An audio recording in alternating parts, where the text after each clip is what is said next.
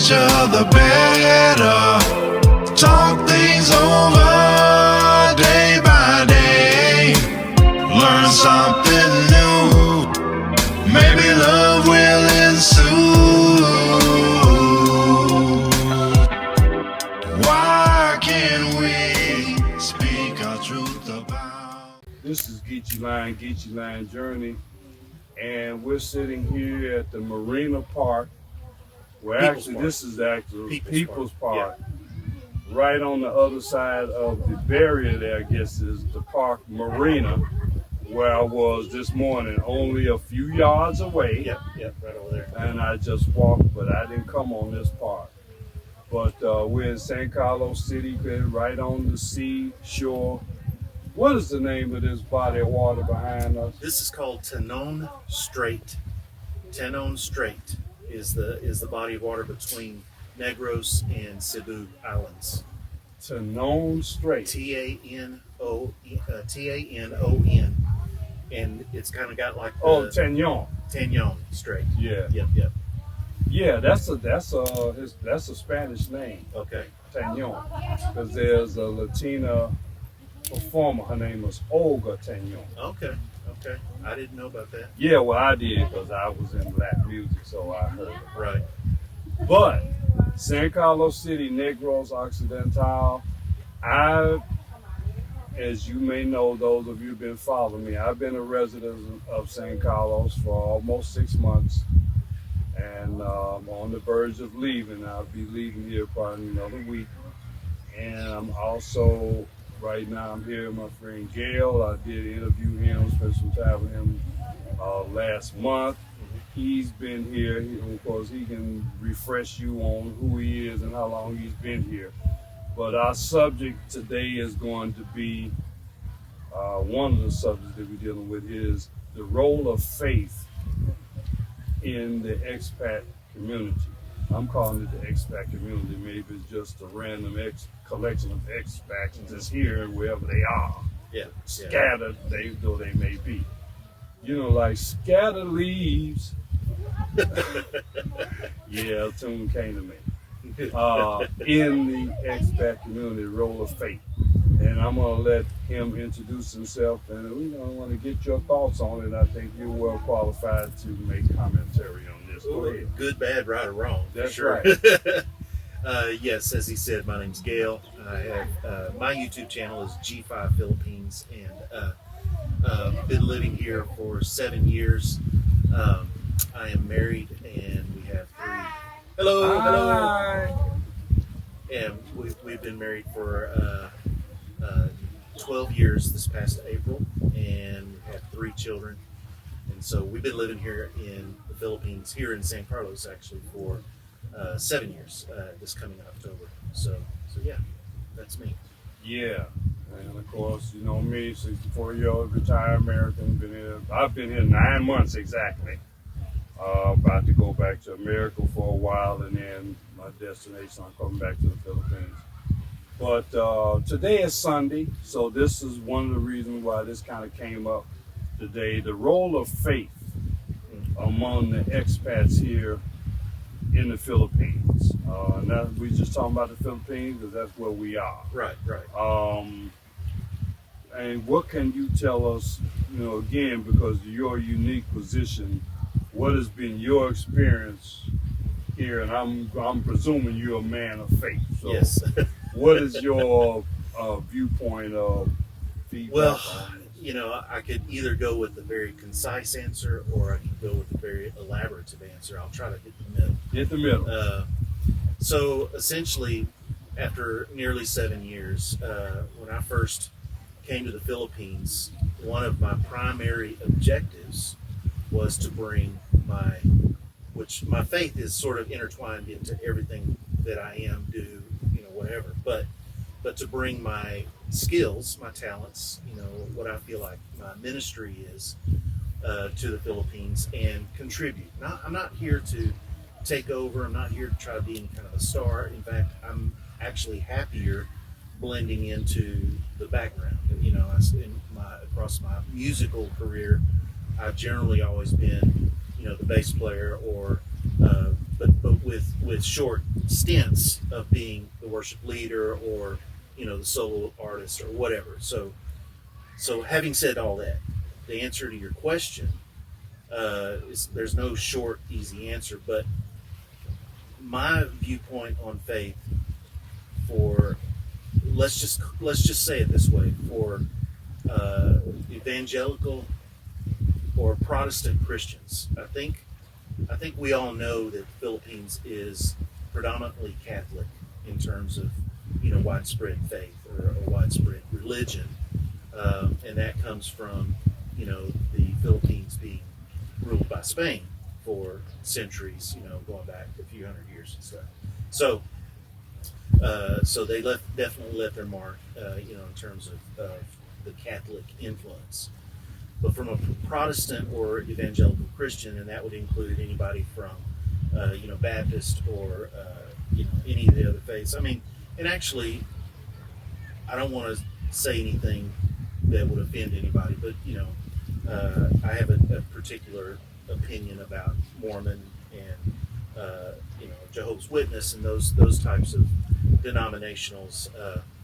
But, Seventh-day Adventist, there's a wide, there's actually a wide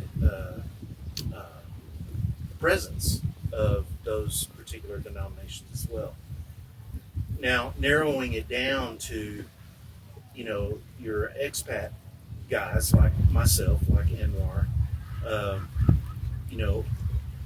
the challenge that I have faced, and I'll just speak from my perspective now. The challenge that I have faced, being a Pentecostal background, wanting to have that sort of a spiritual church experience, has been difficult to find here in the Philippines. There are some efforts being made. When I spent some time in Manila, there was a church that I attended there that was English speaking and was, even though it was a very, very small startup church, it had the vibe of being a modern type church with modern worship and musicians and all that. Locally here, there are, that I know of, 3 well-established, with a pretty good size congregation. One is called AG, which they're not necessarily directly affiliated with the Assemblies of God, but they do carry the logo, and they more or less, their theology is similar to AG. And then there's Bible Baptist, which is I would compare it to a Southern Baptist type of vibe. And then another church that we've been involved with is they don't seem to be affiliated specific to any, but I know this is kind of a long-winded answer, but I don't care. I have to kind of. Oh, we want detail. Okay, I'm just kind of working through it. Work through it. But this third church, I would say they fall more into the non-denominational, full gospel, very Pentecostal. They believe in the gifts of the Spirit and expressing their worship in that manner.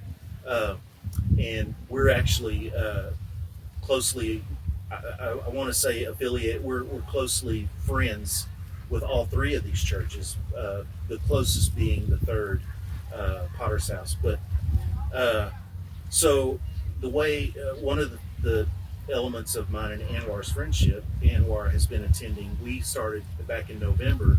Started a what I'm calling a fellowship. I don't feel specifically called to pastor or to be a preacher.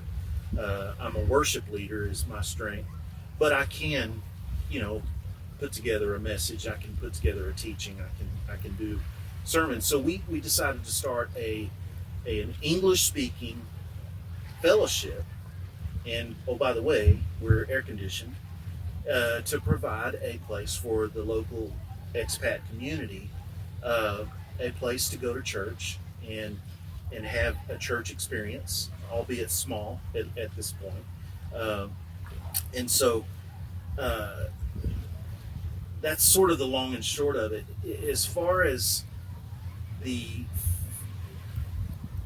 want to answer your question non-specific to your question. In terms of faith in the Philippines, it is as open and as free and as non-controlled and as the same as in the U.S.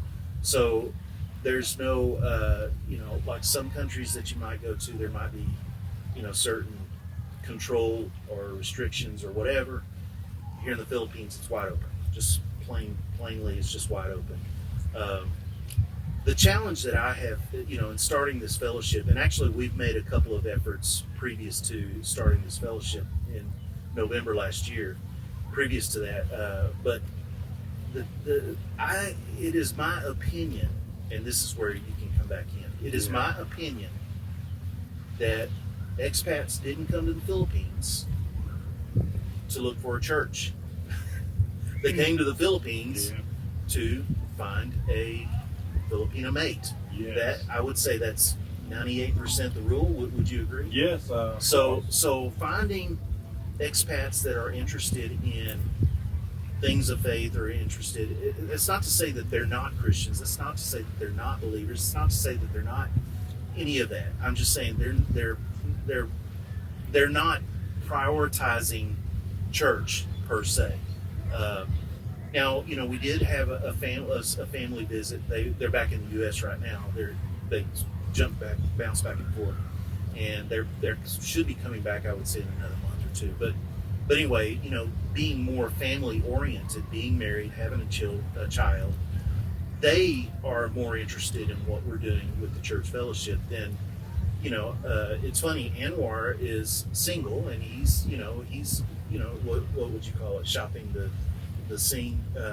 Well, I mean, it's very clear. I mean, I was married for quite a long, for almost over half my life, or more than that, you want to say, and divorced, and obviously not meant. I don't need no Bible or no book to tell me it's not good for man to be alone. Right. I know from personal experience that it's been hell and damnation, and that's my turn. But you didn't come to the Philippines looking for a church. No, because the church is the church. The church is within us. Well, that's true. So wherever I am, the church is also. But the scripture says, this is the temple. Right, that's true. But it says forsake not the fellowship of the assemblies. Yes, right. So my point, in that whole roundabout, is to say that most expats don't come to the Philippines looking for a church situation. Right. And so just to go back to our situation, our attendance has been sporadic and very, very, most of the time, most Sundays, it's just me and mine, but. And I think maybe I've been there, maybe 5-6 times? I would say closer to 10 times. Okay, maybe 10 times Yeah. I've been there over the past, 2 or 3 since months. I've been the last 2 or 3 months. Yeah. Since I got reconnected with you, because I met you at Right. Calvin's Meet and Greet, and Yep. then I hadn't seen you since then. Right. And me seeing you coincided with me meeting Vince, the other American expat that moved to Bacala, and that had to be March maybe. So around that time, that's when I just happened to see you on the street, and I had my signature imperial brown hat, which you'll see me wearing the same hat on the marina in Mexico. Again with this hat again at the marina in San Carlos City. So I had to wear this today. But let me say this: the few expats that I've met here, they actually seem to be pretty much, people that, in the Bible and, have that spiritual leaning and all of that. Now, granted, they did have, that Filipino with them, at the time. One thing, let me interject, because one thing I didn't say in all of that was that, my personal experience trying to find a church is, they don't speak English and they're not air conditioned. So you're sitting there for 2 hours, not understanding a word and sweating to death. So that was really the driver of me saying, let's start a fellowship that caters to English speaking and so on. You get the idea. Yes, but I want to say good. His idea basically that he does speak. Everything is conducted in English. You have some of the English, the music, the lyrics. I mean, it's in English. And matter of fact, I will tell you because I probably been to church more than you all think I have been out there. I can say that some of the music that you've chosen is the same music that they use at CCF. CCF is Christian, I forgot what his name, Christian Fellowship, something like that. Okay. Yeah, the stuff I use has been around a while. Yeah. But anyway, I've been to CCF, attending church. I want to say I've been there 4 times, maybe 5 times, 3 different cities. And that just throw that in there. But how did I get involved with that? Through a young lady I met in Davao. She's a church goer. Our first meeting, I don't even want to call it a date, but our first date, if you will, was that we went to church. Mm-hmm. Yeah. And I've been to church with her maybe 4 or 5 times since then. But this is what I guess kind of where I'm going with, the role of faith. Yes, that is not necessarily on uppermost in the mind as you would think. But I believe if that expat or those people come here with that within them, there's ways that they can access that experience. I come from a family of ministers. Right. So my brother is a pastor. I have cousins who are pastors. They're on Facebook. Okay. So if I want to participate in their church service, they're on Facebook. Right. I can go on Facebook right now and watch Minister Gerald Scanias or Elder Tyrone Parks. Yeah, I'm saying that so y'all can look them up. Minister Gerald, Gerald Scanias, Sconyers. That's my brother who's a pastor. Been a pastor for 10 years, more than that. And my cousin Elder Tyrone Parks, Parks. He's also a minister. He's on Facebook. So as for somebody like me, because I'm have affiliation or know of ministers or worship or whatever, Church of Christ. Yeah. They have broadcast. So if I really want to access that, I just go on Facebook. Yeah. Or just go on to YouTube. Well, and let me say that. Like CCF, I just go on YouTube this morning because you didn't have a service. Right. I went on CCF. Well, and that's exactly what I have been doing. Because there have been seasons of time where we're not necessarily attending a church for the reasons I mentioned, non-English speaking and all of that. I watched a lot of online, ministry from, everybody from Joseph Prince in Singapore to Jensen Franklin in Georgia to,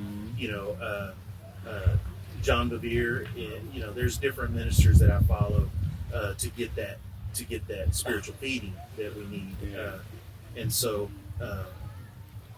yeah. But I think I heard of Joseph Prince. I might have seen him a few times. Where is he based? Singapore. Yeah, I think I've seen Joseph Prince in America. Yeah.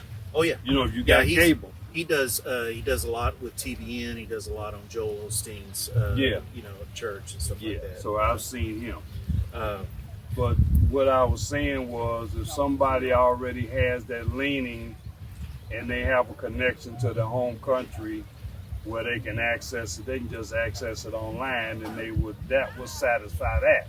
Yeah. So in that case, they're not really not be necessarily looking for in-person congregation. I would say most especially, again, if they've come over here and they managed to get married or find themselves a significant other and they're living with them and all that, they probably wouldn't, and they don't necessarily need the socialization and the things that the benefits of being with a community can bring.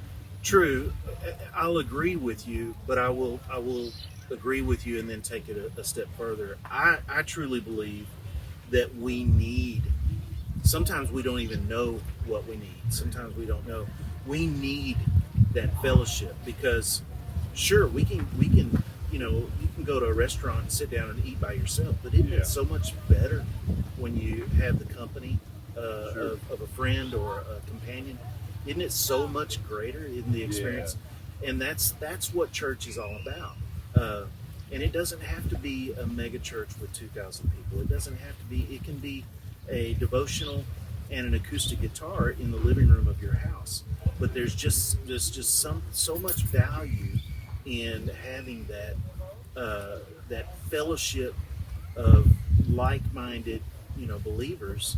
To now, you and I haven't really gotten into any in-depth, conversations about our faith and our beliefs and all of that. We haven't had time to do that. But the long story short is, and of course I grew up in church, so it's sort of part of my makeup. It's like I need to be actively involved in some sort of church ministry. Whether I'm, in our case now, we're leading it, but I'd be just as happy to be involved, just in a supportive role. But I'm not happy. I can tell you, I'm absolutely not happy going to a church and just sitting in the chairs and not being involved. I just, because growing up, I make the joke that I was born on a church pew. I was practically, some people were, so, especially in the older days.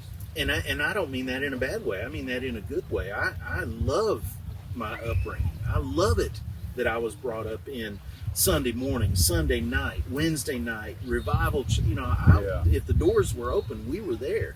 Yeah. And I learned how to play, blues and gospel and R&B. That's where I learned to play, was sitting in the church band, when I was a youngster, begging the bass player to let me play his bass, Mm-hmm. And so so it's very much, and I think that even though, keeping it related to the Philippines, even though, that may not be our priority when we come over here, we need to, I don't care what your faith is, I don't care what your particular denomination is, you need to have that spiritual fellowship. Even if you don't think you need it, you do. I'm not here trying to preach down your throat. But I'm just saying, you need that. And matter of fact, I just come to me now. I've been attending, I told you, CCF. CCF stands for Christ Commission Fellowship. Okay. So fellowship is in the name of the organization. So that's letting you know that they're strong. And I can say I met some very nice people. Have been well received and enjoyed my visits to CCF. I've been to CCF in Davao. I've been to CCF in Bohol. I've been to CCF in Bacala. Right. 3 different cities with CCF that I've personally enjoyed. The closest that you'll hear me preach, especially in this type of setting and forum, would just be to say, the 1 or 2 hours a week of that you might think of it as sacrificing to go and sit in a church service. I mean, think about what Jesus did for us, and there's no comparison. And I think, to be friends with the Lord, you got to spend time with the Lord.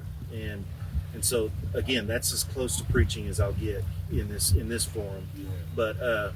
But I just encourage you guys. I know a lot of your audience is not necessarily here in the Philippines, the same as mine. Right. But I don't care if you're still in the U.S.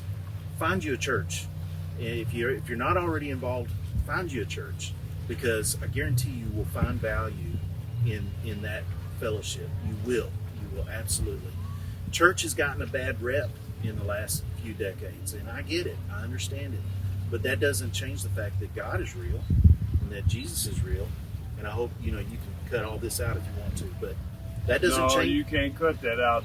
And I've had to snap up and set a few of my people straight who made comments on my vlog.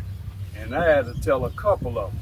And this is going back to last year when I was going through the controversy with Filipino Pete. This scripture right here.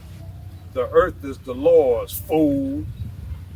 Whether whether you agree with it or not, the earth is the Lord's.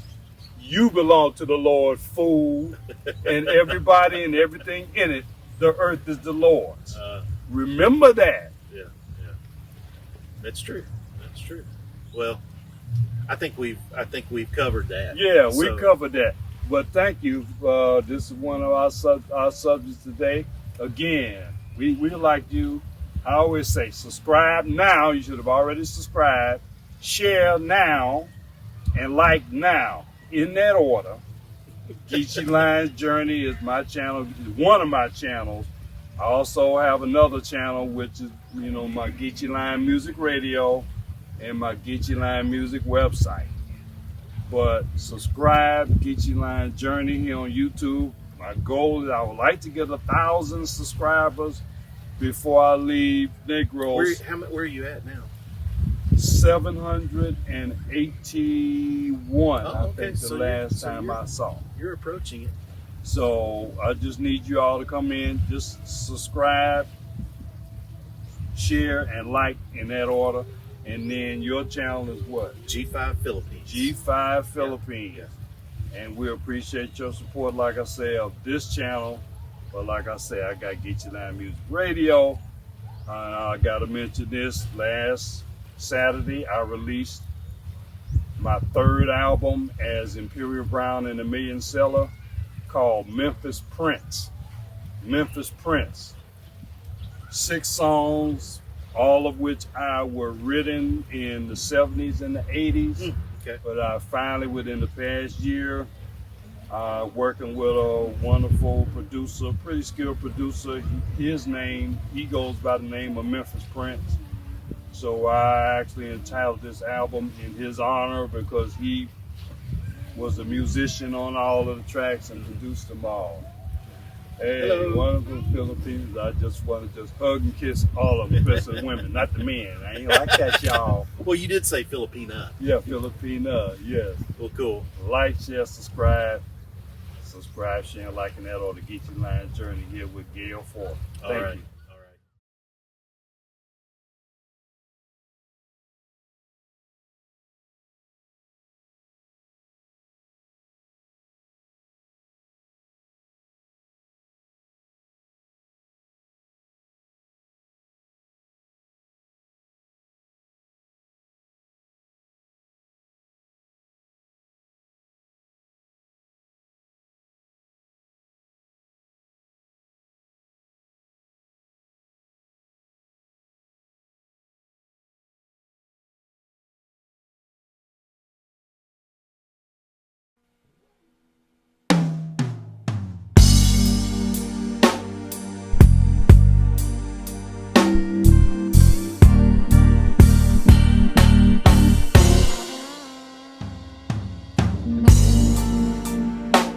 Honey, I know you're not satisfied, but through it all, honey, I tried to give you care and love. I thought it was enough. I could be mistaken. There's no time for faking. Before you say that we're through, to make you stay.